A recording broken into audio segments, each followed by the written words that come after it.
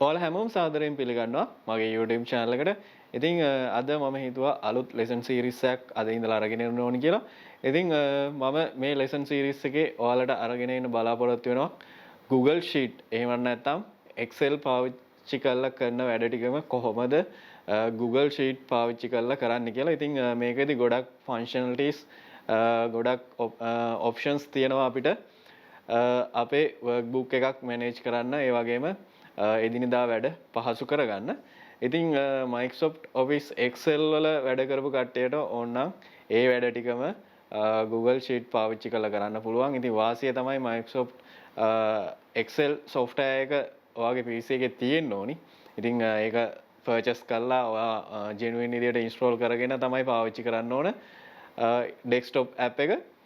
එහෙම නැත්නම් ඔයාට ඒකෙත් online version එක use කරන්න පුළුවන්. හැබැයි Google වල ඔයාට Google account එකක් create කරගත්තට පස්සේ Google Sheet කියන එක free පාවිච්චි කරන්න පුළුවන්. Excel වල තියෙන සියල්ලම වගේ හැම වැඩක්ම වගේ Google Sheet එක තුල අපිට කරන්න පුළුවන්. ඒකම දේ ඔයාට ඉන්ටර්නෙට් ඕනි මේක වැඩ කරන්න. ඉතින් ඒ වගේම offline වැඩ කරන්න පුළුවන් ඉදියටත් ඕන හදා ගන්න පුළුවන්.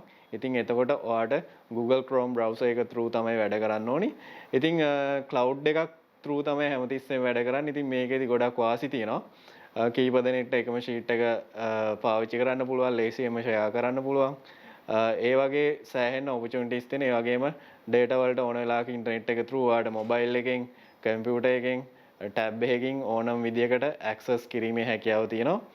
ඉතින් ඒකත් එක්ක අපි බලමු කොහොමද මේකෙන් අපේ workbook එකක් එහෙමත් නැත්නම් ඔයාට එදිනෙදා වැඩ කරන data set එකක් data manage කරලා අපිට අවශ්‍ය result ගන්න පුළුවන්. ඉතින් filtering කරන්න පුළුවන්. මේ වගේ ගොඩක් දේවල් වලට මේකේ functions තියෙනවා. ඉතින් අපි බලමු කොහොමද මේ දේවල් කරන්න කියලා. ඉතින් මම one by one lesson series එකක් විදියට මේ පාඩම් මාලාව ඉස්සරහට කරගෙන යනවා. ඉතින් එකතු වෙලා ඉන්න වීඩියෝ සීරීස් එකත් එක්ක channel එක subscribe කරලා තියාගන්න.